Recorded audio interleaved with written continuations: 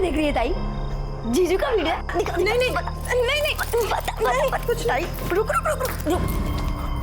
अरे देख तेरी आंखों के नीचे डार्क सर्कल्स। लगता है जीजू तुझे पूरी रात सोने नहीं देते। चल ये सारी बातें छोड़, वैसे आज तक तेरे और जीजू के बीच में क्या क्या हुआ है? अरे बता ना ताई, बता ना। प्रिया, सच बताऊं? हाँ बता। इधर आओ। तेरे जीजू और मेरे बीच आज तक कुछ भी नहीं हुआ है, बल्कि वो तो रात भर कमरे में आते ही नहीं है। मैं अकेली कमरे में सोती हूँ। ताई देख, तू बुरा मत मान, मुझे ना जीजू का बर्ताव थोड़ा ठीक नहीं लग रहा। हो सकता है उनका कोई अफेयर हो। तू ना जीजू पे नजर रख।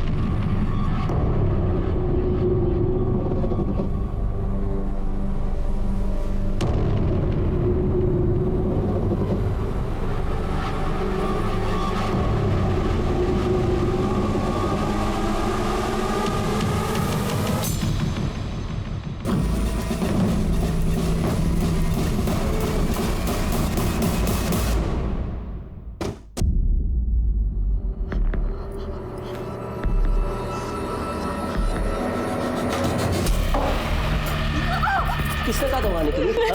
मना किया। एक बार बताए समझ में नहीं आता। रोने का नाटक बंद कर। लेकिन ये बात किसको बताई ना, जिंदा जला दूंगा तुझे, समझ ले?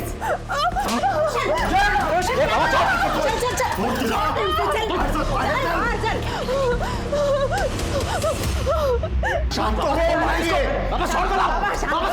शांत हो. आता सांग काय झालंय? क्यों मार रहा था बहू को? बाबा तुम्ही मध्ये पडू नका, ये हमारे पति पत्नी के बीच की बात है.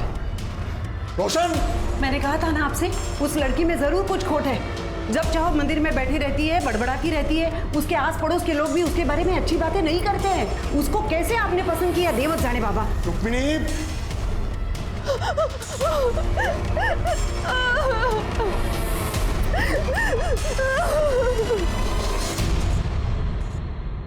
वहिनी, भाजी आणली बाजारातून.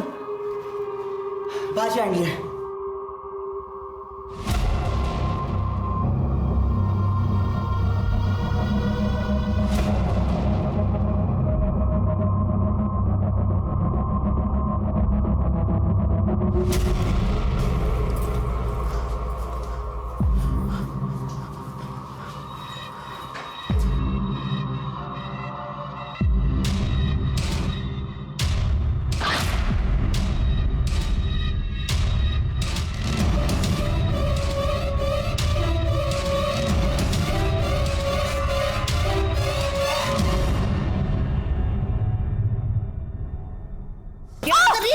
सच सच बता, क्या कर रही है तू? सासूबाई सोडा मला.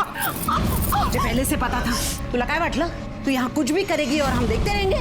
सच सच बता, क्या कर रही थी, वरना पूरे गांव को बता दूंगी मैं. हमारे यहाँ चुड़ैल को जला देते हैं. ठीक है, जला दीजिए मुझे. आपको क्या लगता है अगर आप पूरे गांव को बता देंगी तो मैं नहीं बता सकती कि आपका बेटा रात को उस कमरे में क्या करता है? कहाँ गई थी तू चित्रा? कहाँ गई थी? शमशान में. तुझे अगर किसी ने ऐसा देख लिया ना तो लोग क्या करेंगे? कल इसके ससुराल वाले इसे ले जाने आएंगे, तब क्या करेंगे हम लोग? बाबा मैं कहीं नहीं जाऊंगी, यहीं रहूंगी. बेटा मेरी बात सुन, आइक माझे बेटा. किसी को नहीं छोड़ूंगी, सबको सबक सिखाऊंगी. क्या कर रहे हो? मगासपासून बोलतो, तुला कळत नाही का? तेरी शादी में कितना खर्चा हुआ मालूम है तुझे? दहेज में कितना पैसा दिया मालूम है तुझे को?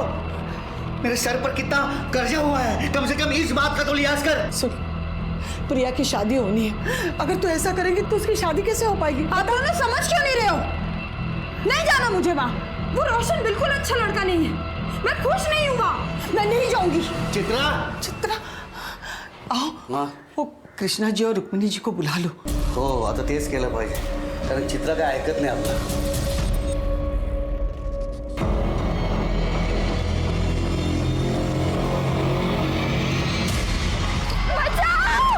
अबे रुक, पकड़ उसे, रुक.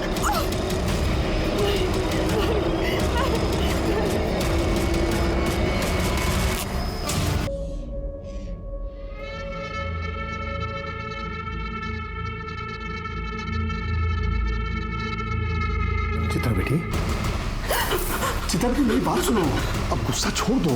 छोड़ दो मुझे, सुना नहीं. क्या हुआ चित्रा बेटा, सुनो. छोड़ मुझे. क्या कर रही हो तुम? क्या कर रही हो तुम? चित्रा, ये क्या है ये?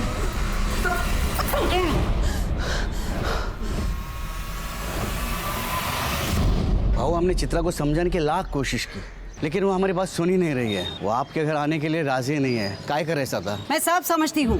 ये सब मिले हुए हैं, मिली भगत है इनकी, ताकि समाज में हमारे खानदान की नाक कट जाए. लोग तो बोलेंगे ना, देखो देखो इनकी बहू भाग गई, इनके बेटे में ही खोट है. नहीं नहीं चाहिए, ऐसी कोई बात नहीं है. हाँ हाँ, अगर ऐसा कुछ नहीं है तो गांव के सामने बता दो चित्रा तंत्र विद्या करती है. नहीं नहीं चाहिए, वो कुछ तंत्र विद्या वगैरह करती नहीं है. वो पूजा करती है, कुछ गलत काम नहीं करती और अब वो वापस जाने के लिए तैयार नहीं है. लड़की वापस नहीं जाएगी तो बदनामी तो होगी ना. भाऊ बदनामी का क्या, वो तो पहले ही हो चुकी है. एक और बेटी है, तिशा लग ना सका है. अब कौन करेगा उसके साथ शादी? एक रास्ता है दिनकर, तुम अपनी छोटी बेटी का ब्याह इनके बेटे रोशन से कर दो. लेकिन अरे लेकिन क्या, समझता हूँ शादी में कोई दहेज नहीं देना पड़ेगा. हाँ, और जो शादी में जो खर्चा लगेगा दोनों दिन बांट लेना. क्यों? सही बात. हो, आम्हाला चालेल. ठीक आहे, जशी तुमची इच्छा. बस मानता हो गई.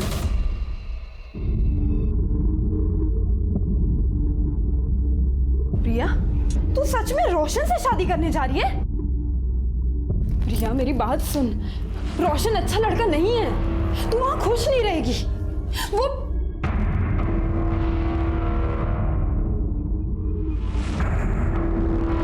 हाँ तो सही है. प्रिया, तूने उसकी बात नहीं सुनी ना तो वो तुझे मारेगा, गाली देगा. ताई मैंने तय कर लिया है कि मैं रोशन से ही शादी करूँ.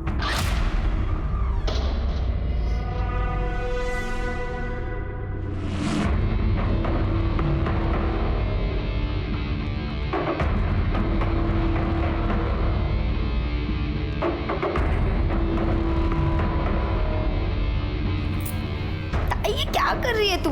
चुप रह. और ऐसे रोज एक चुटकी बबूत पानी में मिलाकर पीना. हाँ, इससे वो तुझे मार नहीं पाएगा. क्या बोल रही है ताई? हंसती क्या है? हाँ, जो कह रही हूँ ना वो सुन. और ये रख. ठीक है ताई. हंसती है.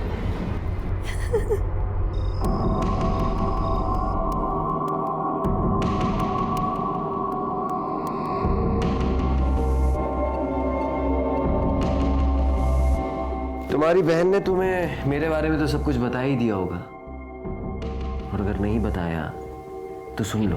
रात को जब तुम इस कमरे में सोने आओगी तो उसके बाद तुम इस कमरे से बाहर नहीं निकलोगी. सुबह तक तुम कुछ देखोगी या तुम कुछ सुनोगी, और अगर ये सब कुछ तुम ठीक तरीके से करती हो तो तुम्हें कोई परेशानी नहीं होगी. ये वादा है मेरा.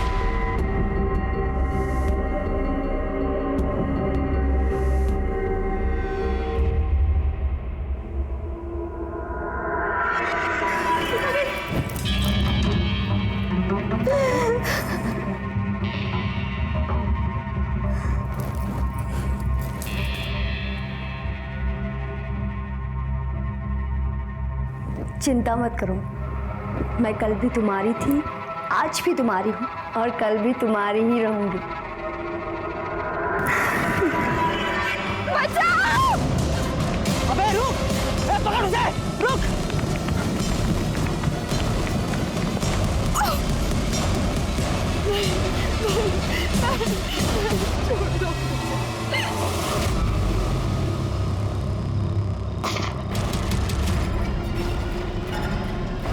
अरे बाप रे!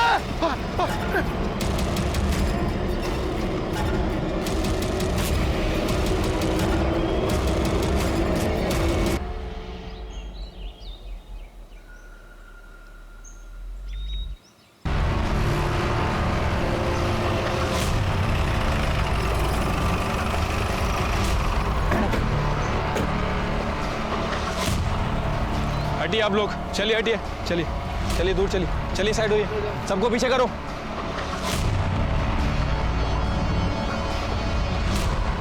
तेईस 24 साल की लगती है मैडम। बॉडी को आधा जलाया गया है, हो सकता है कि रेप भी किया गया। फिर इसे पूरी तरह से क्यों नहीं जलाया, या फिर आइडेंटिटी छुपाने की कोशिश की है?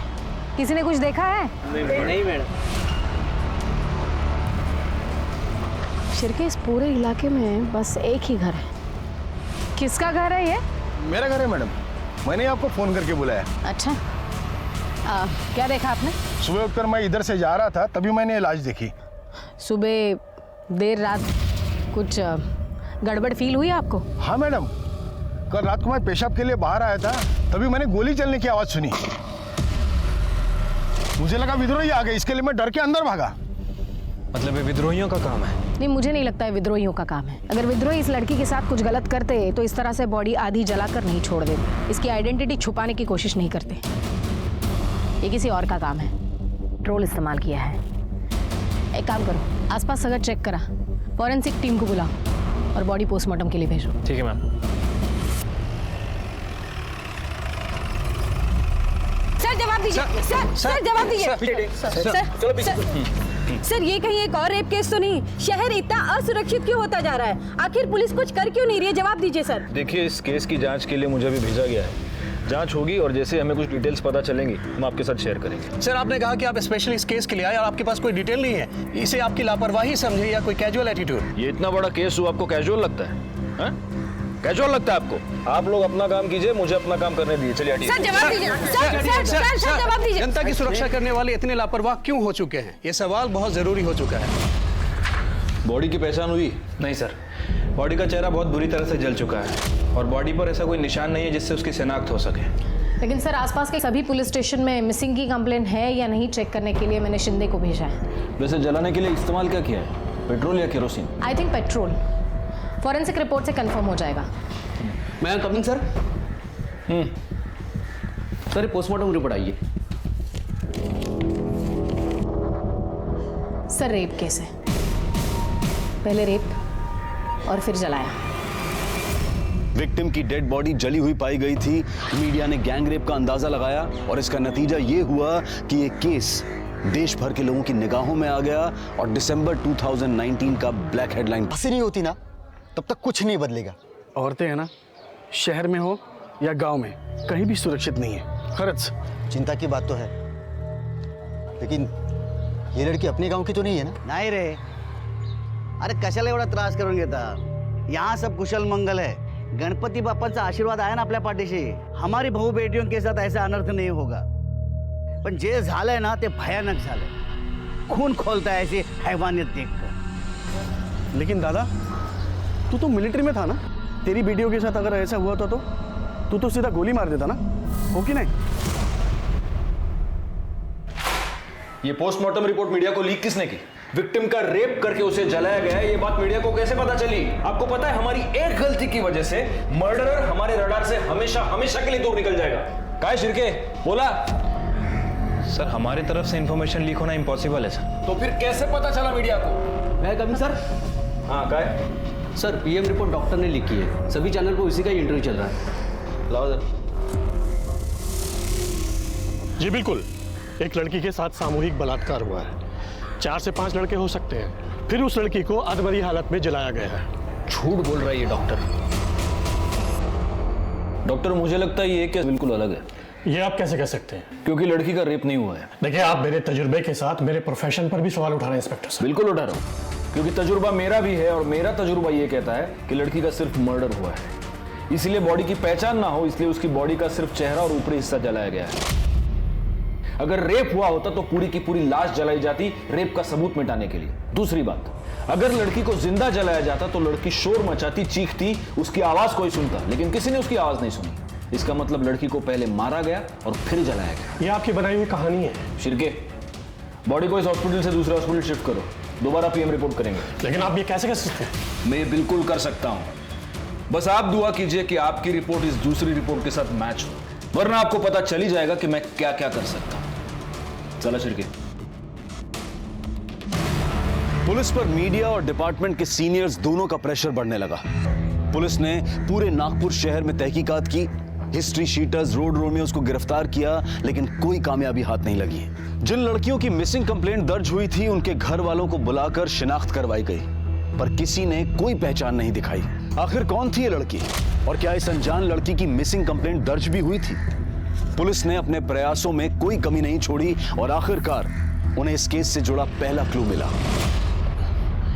इंस्पेक्टर साहब, हमारे जो पड़ोसी है ना, उनकी बहू बहुत दिन से गायब है और वो जो लोग हैं उसे ढूंढने की कोशिश भी नहीं कर रहे हैं, ना कि उसके मायके के लोगों को कुछ बता रहे हैं। क्या नाम है लड़की का? प्रिया। और पति का? रोशन वाघमारे।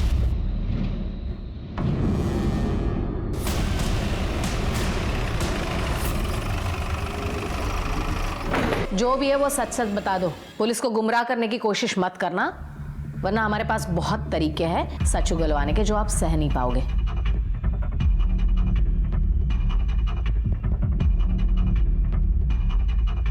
किसके लिए? जी मैडम, वो आपके लिए।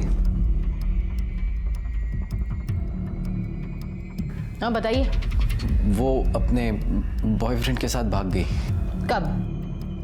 और आपको कैसे पता वो बॉयफ्रेंड के साथ भाग गई? उस रात एक हॉर्न की आवाज़ सुन के मेरी नींद खुली। इतनी रात में कौन हॉर्न बजा रहा है ये देखने के लिए मैं खिड़की पे आया।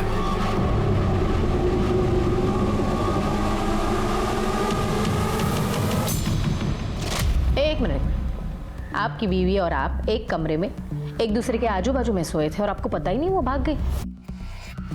नहीं, वो उस रात मैं दूसरे कमरे में सोया था। क्यों?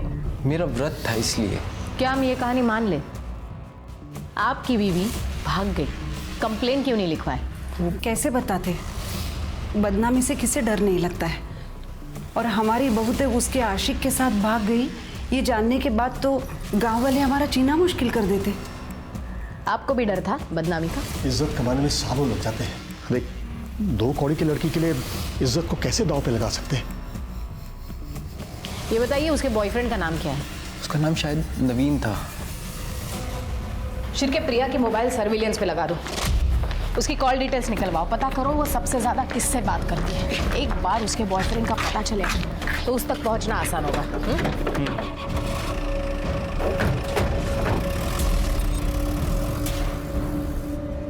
मैम, मुझे लग रहा है कि हम गलत दिशा में जा रहे हैं। मुझे नहीं लगता। डेड बॉडी का और प्रिया का कुछ ना कुछ संबंध है।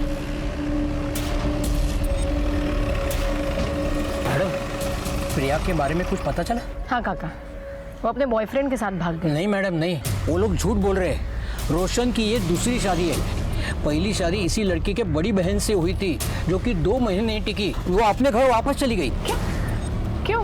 वो तो मालूम नहीं, लेकिन दोनों लड़कियों के साथ जरूर कुछ गलत हुआ है। आपको उन लड़कियों का घर पता है? हाँ।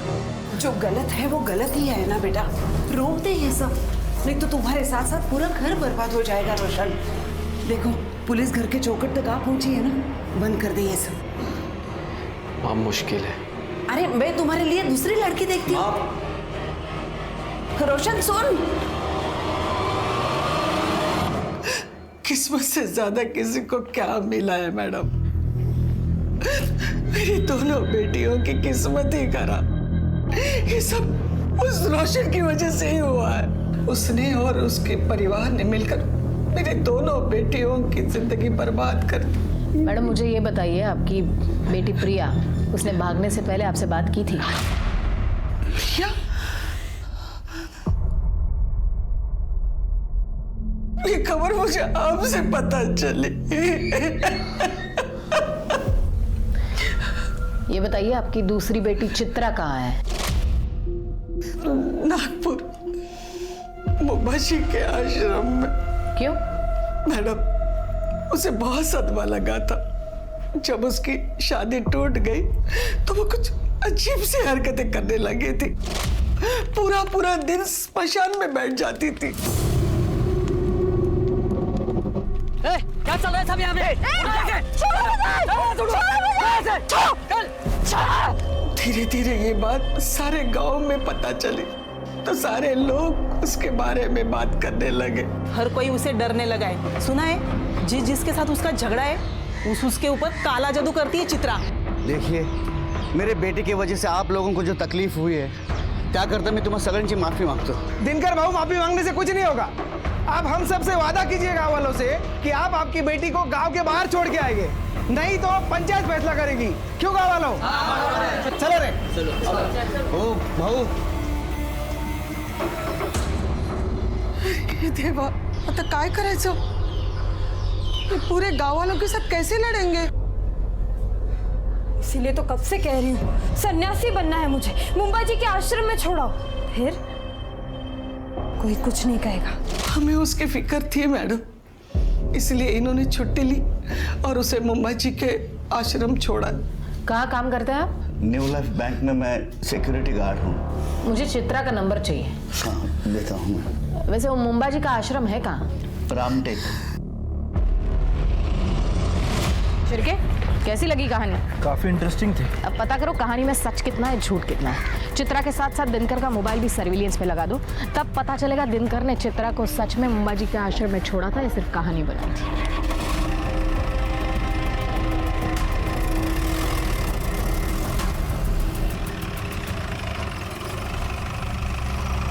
Good morning sir. Good morning. 2 PM report आ गई है। आपने सही कहा था, लड़की का रेप नहीं हुआ है सर। पहले उसे गोली मारी गई, फिर उसे जलाया गया। मैं जानता था। चित्रा और प्रिया के मोबाइल का क्या हुआ? सर, दोनों के फोन अभी तक स्विच ऑफ है। इनफैक्ट दोनों के फोन नागपुर में ही स्विच ऑफ हुए थे। इसका मतलब चित्रा भी आश्रम में नहीं है। और दिनकर की phone location? Sir, mobile location के हिसाब से दिनकर ने ही चित्रा को मुंबई जी के आश्रम में छोड़ा था। सर एक्चुअली PM रिपोर्ट में और एक चौंका देने वाली बात है। क्या? विक्टिम के बॉडी में मेल्टेड बुलेट मिली है sir. Melted bullet? Yes. Dinkar bank का सिक्योरिटी गार्ड है, उसके पास राइफल तो होगा ही। ये दिनकर और रुक्मिणी जरूर हमसे कुछ छुपा रहे हैं। एक ही घर की 2 लड़कियां गायब होती हैं और ना मायके वालों को कुछ पड़ी है ना ससुराल वालों को। कहीं ये लाश इन दोनों बहनों में से किसी एक की तो नहीं है। लेकिन अगर हम सही दिशा में जा रहे हैं तो ये दोनों बहनें नागपुर से इतनी दूर मर्डर स्पॉट पर उस खेत में क्या करने गई थी? नहीं, कुछ तो है जो हमसे छूट रहा है। एक काम करो, दिनकर और सावित्री का DNA इस लाश के साथ मैच करो। इन 2 बहनों में से किसी एक का मिलना हमारे लिए बहुत जरूरी है। और शिर्के, तुम मुंबई जी आश्रम हुआ, हो सकता है वहां कुछ लीड मिल जाए। ठीक है सर।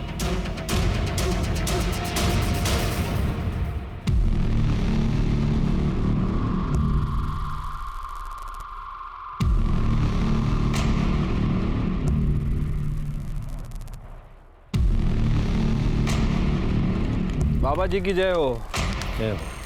ये आपके लिए। बढ़िया।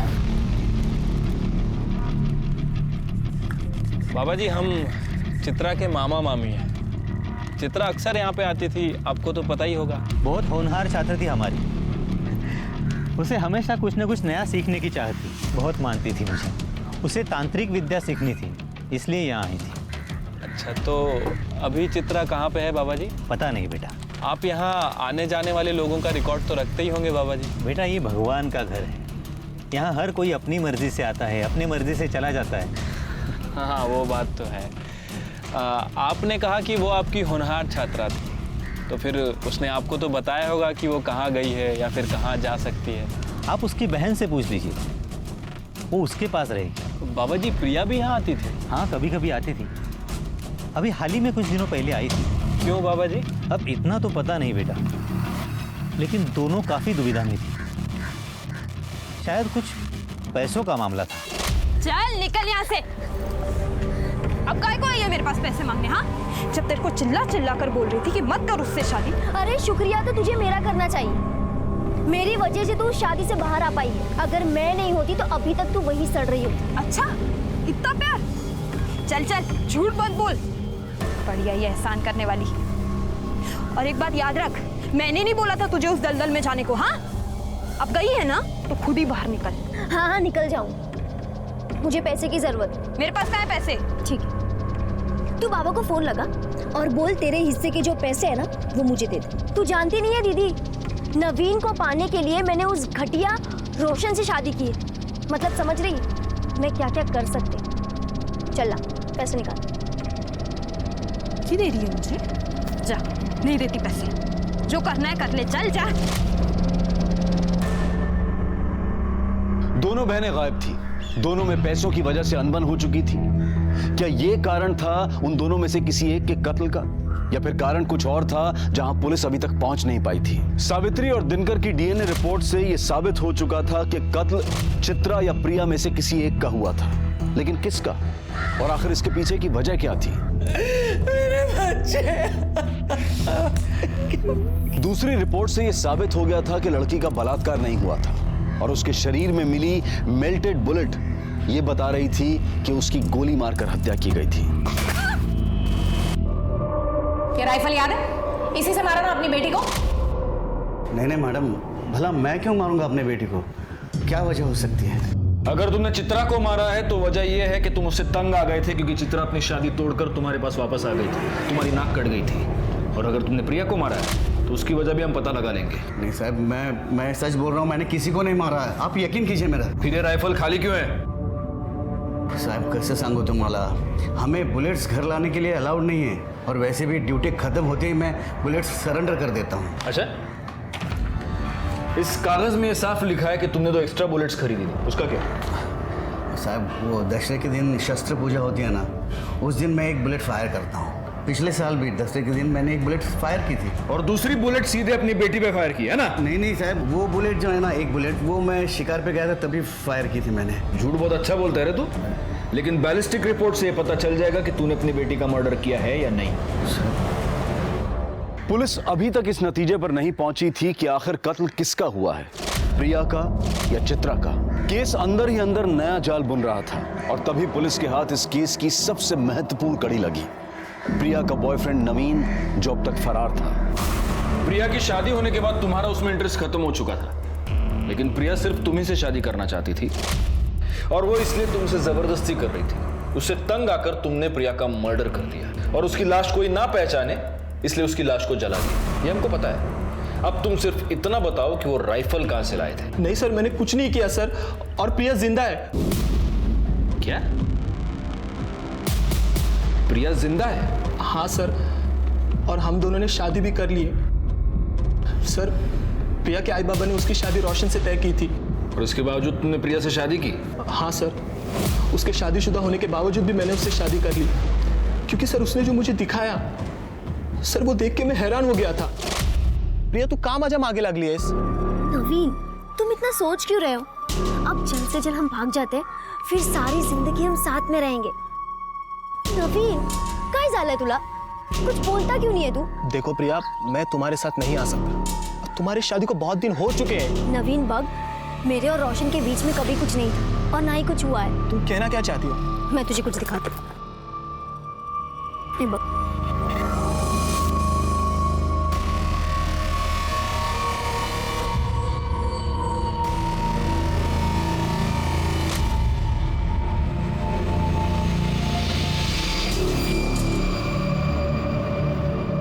मुझे तो रोशन और उसके बॉयफ्रेंड प्रतीक पर ही शक है। उन दोनों ने मिलकर ही खून किया होगा। हो सकता है गुप्ता मैडम, लेकिन वो राइफल कहां से आया इन दोनों के पास?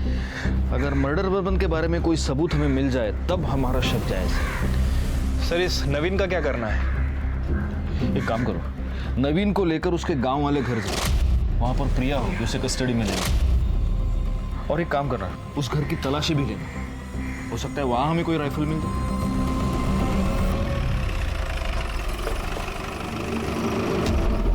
कौन सा घर है? सर वो वाला। नवीन, अंदर चेक करो जरा। प्लीज। प्रिया कहाँ है? कल रात तक तो प्रिया यही थी, लेकिन वो चली गई। कहाँ चली गई? कुछ बता के तो गई होगी ना? हाँ, उसने कहा नवीन का फोन आया था और वो गई। सर, अंदर प्रिया नहीं है। मुझे लगा कि नवीन ने उसे बुलाया होगा। मतलब प्रिया के पास मोबाइल फोन है? जी। तुम्हारा फोन दो। ये फोन कस्टडी में रखो, आज नहीं तो कल प्रिया जरूर इसे फोन करेगी। प्रिया जिंदा है क्योंकि अभी अभी 4-5 घंटे पहले वो नवीन के घर से भागी है। इसका मतलब मर्डर चित्रा का हुआ है। लेकिन प्रिया ने कुछ किया ही नहीं है, तो वो भागी क्यों? हो सकता है प्रिया ने ही चित्रा का मर्डर किया हो, वजह कुछ भी हो सकती है। सर लेकिन रोशन को चित्रा से प्रॉब्लम थी, क्योंकि उसे लड़कियों में कोई दिलचस्पी नहीं थी। हो सकता है रोशन और प्रतीक ने मिलके चित्रा को मारा हो। सर, शहर में जिन लोगों के पास लाइसेंस राइफल है, ये उसकी लिस्ट है।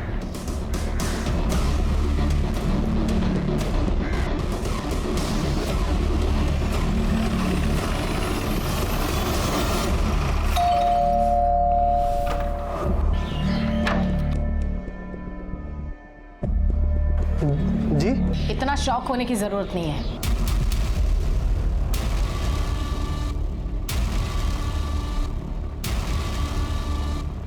तुम्हारे और रोशन के निजी मामलों के बारे में हमें पता चल गया है। मतलब ये कि तुम्हारे पास लाइसेंस राइफल है। हाँ सर। लेकर आओ। अभी लेकर आता हूँ।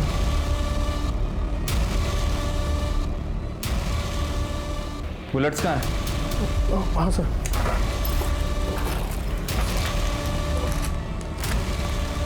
इसमें तो सिर्फ 2 ही बुलेट्स हैं। हमारे पास इंफॉर्मेशन है तुम्हारे पास 3 बुलेट्स थी। हाँ मैडम, वो एक बुलेट मिल नहीं रही है। मिल जाएगी बुलेट भी, और तुम्हारा बयान भी कि खून तुमने किया है। अगर इस राइफल से बुलेट चली है तो बुलेट जरूर मिल जाएगी। तब तक तुम हमारे मेहमान बनो। इस राइफल को बैलिस्टिक रिपोर्ट्स के लिए भेजो। सर नवीन का फोन बज रहा है। जल्दी से सर और मैडम को बुला के लाओ। हो सर।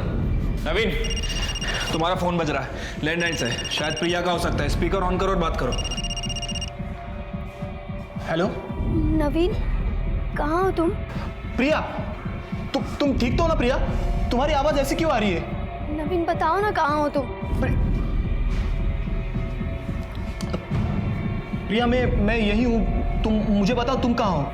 मुझे बहुत डर लग रहा है नवीन, कुछ ठीक नहीं लग रहा है। प्रिया, तुम शांत हो जाओ। पहले मुझे बताओ तुम कहाँ हो? नवीन, मुझे बहुत डर लग रहा है। प्रिया, इस वक्त नवीन हमारी कस्टडी में है और सेफ है। मैं पुलिस डिपार्टमेंट से बात कर रही हूँ। Police department? तुम्हें डरने की जरूरत नहीं, तुम भी हमारे साथ सेफ हो। बस इतना बताओ, इस वक्त तुम हो कहाँ? मुझे फिर से वहां नहीं जाना। मुझे रोशन और उसके घर वालों के बीच नहीं जाना मैम, प्लीज। प्रिया, तुम्हें डरने की कोई जरूरत नहीं है। उस वजह से हम तुम्हें नहीं ढूंढ रहे हैं। मेरी बात ध्यान से सुनो, हमें तुम्हारी मदद की जरूरत है। तुम्हारी बहन चित्रा को किसी ने जान से मार दिया है। मार दिया? बस इतना बताओ, तुम हो कहाँ? हम तुम्हें लेने आ रहे हैं।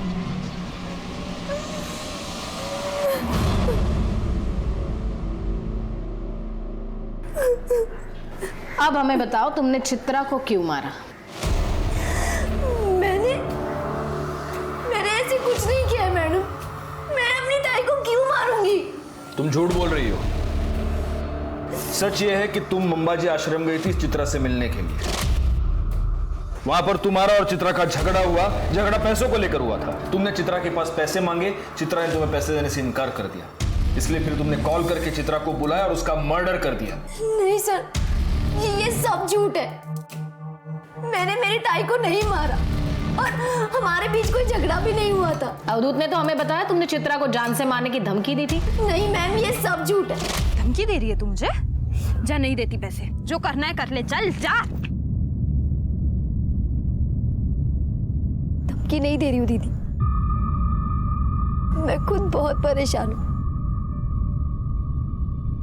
मैं नवीन से बहुत प्यार करती हूँ दीदी, और सिर्फ आप ही हो जो मेरी मदद कर सकते हैं। मैं नवीन से शादी करना चाहती हूँ। उसके लिए मुझे थोड़े पैसों की जरूरत है, और मैं आपको वादा करती हूँ कि मैं आपको सारे पैसे लौटा दूंगी। बस अपनी बड़ी बहन से थोड़ी मदद मांग लेना। तुझे नवीन से शादी करनी थी तो उस रोशन से शादी क्यों की? मुझे क्या लगता है आई बाबा नवीन के साथ शादी करने के लिए तैयार हो जाते? नहीं, इसलिए मैंने प्लान बनाया कि मैं रोशन के साथ शादी करूंगी, फिर उसको छोड़ के भाग जाऊं। और मैंने वैसा ही किया दीदी। दीदी प्लीज मेरी मदद कर दे, प्लीज दीदी। ठीक है, तू एक काम कर, तू जा और सारी तैयारियां कर। पैसों का बंदोबस्त हो जाएगा। पर दीदी तू इतने पैसे लाएगी कहाँ से? तेरे ससुर से। पर वो तुझे पैसे क्यों देंगे? उन्हें देना ही होगा। काम जो ऐसे किए हैं उन्होंने, हर चीज का हर्जाना भुगतना पड़ेगा। आप लोग क्या कर रहे हैं? काय झालं का? घाबरू नको। छोड़िए मुझे। तुम अभी जवान हो, तुम्हारी भी कुछ जरूरत है ना? ये है ना, मैं पूरा करूंगा तुम्हारी जरूरत। हाँ। छोड़िए मुझे। तुमने चित्रा के साथ जबरदस्ती की, बाद में चित्रा ने तुम्हें ब्लैकमेल करना शुरू किया, तुमसे पैसे मांगने शुरू किए और इसलिए तुमने उसका मर्डर कर दिया। देखो सच सच बता दो, वरना शिरके और भी तरीके जानता है मुंह खुलवाने के। शिरके मर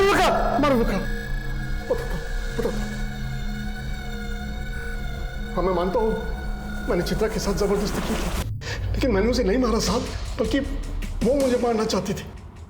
वो क्यों? चित्रा मुझे आश्रम से फोन किया करती थी, कहती थी कि मैंने उसके साथ जो भी किया वो उसका बदला लेगी, काला जादू करके मुझे मार डालेगी। मैं बहुत डर गया था साहब, बहुत डर गया था मैं। अगर काला जादू करके किसी को मारा जा सकता तो दुनिया के सारे इंसान एक दूसरे को अब तक खत्म कर चुके होते। मैं सच कह रहा हूँ साहब, मैंने कुछ नहीं किया, कुछ नहीं किया मैंने। तो ऐसे सच नहीं बोलेगा। शिरके, इसके सारे कॉल रिकॉर्ड्स निकालो, पता करो किस किस के साथ कांटेक्ट में था, कहां कहां जाता था, और सबसे जरूरी बात, इस पर रेप केस फाइल करो। कौन सा रेप साहब? बताने वाली तो मर चुकी है, बॉडी कुछ नहीं कह सकती, और रेप को तो बहुत दिन हो गए, अब कुछ नहीं साबित हो सकता। सर कृष्णा सही कह रहा है, कृष्णा ने रेप किया है, प्रूव करना बहुत मुश्किल है। लेकिन हमें कोशिश तो करनी होगी। एक बात बताइए, आसपास के जितने भी पेट्रोल पंप्स हैं, उसकी सीसीटीवी फुटेज आपने चेक की है? जी सर, लेकिन ऐसा कोई भी नहीं जो लास्ट कुछ दिनों में किसी भी पेट्रोल पंप से कैन से पेट्रोल लेके गया हो सकता है उसने बाइक में या कार में पेट्रोल भरा हो और वहां से कैन में डाला हो सकता है। Sir ballistic report. इस रिपोर्ट के मुताबिक दिनकर की राइफल से कोई बुलेट फायर नहीं हुई, लेकिन प्रतीक की राइफल से हुई है। सर प्रतीक के घर से हमने जो राइफल बरामद की थी उसमें से एक बुलेट मिसिंग थी। क्यों मारा तुमने चित्रा को? वो तो तुम्हें छोड़कर चली गई थी। नहीं सर, मैंने नहीं मारा चित्रा को। तो फिर प्रतीक ने मारा होगा, क्योंकि गोली तो तुम्हारी राइफल से चली थी। नहीं मैडम, मुझे उस बारे में कुछ भी नहीं पता। उस रात तुम दोनों साथ थे ना? हाँ सर, पर हम लोग जल्दी सो गए थे। झूठ बोल रहे हो तुम, क्योंकि चित्रा की डेड बॉडी में जो मेल्टेड बुलेट मिली है वो तुम्हारी बुलेट से मैच करती है। हो सकता है तुम दोनों ने मिलकर उसका मर्डर किया। ऐसा कुछ भी नहीं है, वो दोनों मुझे छोड़ के चली गई थी, हम दोनों का रास्ता साफ था, हम लोग ऐसा क्यों करेंगे? सर एक मिनट, कुछ बताना है आपको। सर मैंने कृष्णा के कॉल रिकॉर्ड चेक किए थे। सर मुझे लग रहा है कि मुजरिम हमारी आंखों के सामने ही था, लेकिन हम उसे पहचान नहीं पाए। मतलब? सर फोन रिकॉर्ड के हिसाब से आबाजी ने चित्रा को फोन किया था। ये आबाजी कौन? सर ये आबाजी वही आदमी है जिसने सबसे पहले हमें लाश के बारे में इंफॉर्मेशन दी थी। हाँ सर, और इसके बाद मैंने आबाजी के कॉल रिकॉर्ड चेक किए। सर पता चला है कि वारदात के ठीक एक दिन पहले आबाजी ने चित्रा को फोन किया था, और वारदात वाली रात चित्रा ने आबाजी को फोन किया।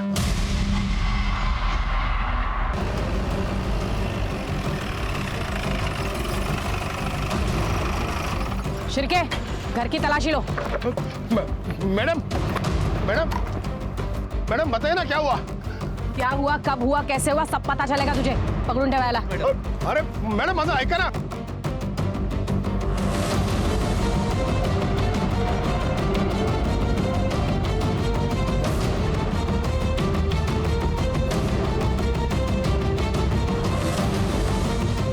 मैम, अंदर एक कैन और पाइप मिला है।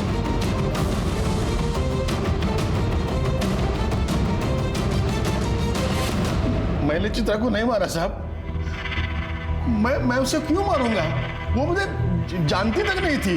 वो तुम्हें जानती नहीं थी, लेकिन फिर भी तुम उसको फोन करते थे। मर्डर के एक दिन पहले तुमने चित्रा को फोन किया था, मर्डर वाले दिन चित्रा ने तुम्हें फोन किया था, कृष्णा ने भी तुम्हें फोन किया था। यह सब इत्तेफाक है। इतना ही नहीं, मर्डर वाले दिन तूने अपनी बाइक में पेट्रोल भरवाया और वो भी फुल टैंक। सीसीटीवी फुटेज में दिख रहा है पेट्रोल पंप की। अगले दिन तूने फिर पेट्रोल भरवाया और उस दिन तो तू गांव से बाहर भी नहीं गया। 10 लीटर पेट्रोल पी गई तेरी बाइक। हाँ, ये ऐसे नहीं बोलेगा। रिका में सर क्या कृष्णा लगे उन्हें? साहब, इन्होंने मुझे फोन नहीं किया था। झूठ मत बोलो, हमारे पास सबूत है कि इसने तुम्हें फोन किया था। आबाजी ने खुद बताया कि उन्होंने तुम्हें फोन करके बताया चित्रा वहां पर पहुंच चुकी है, तुम भी पहुंच जाना।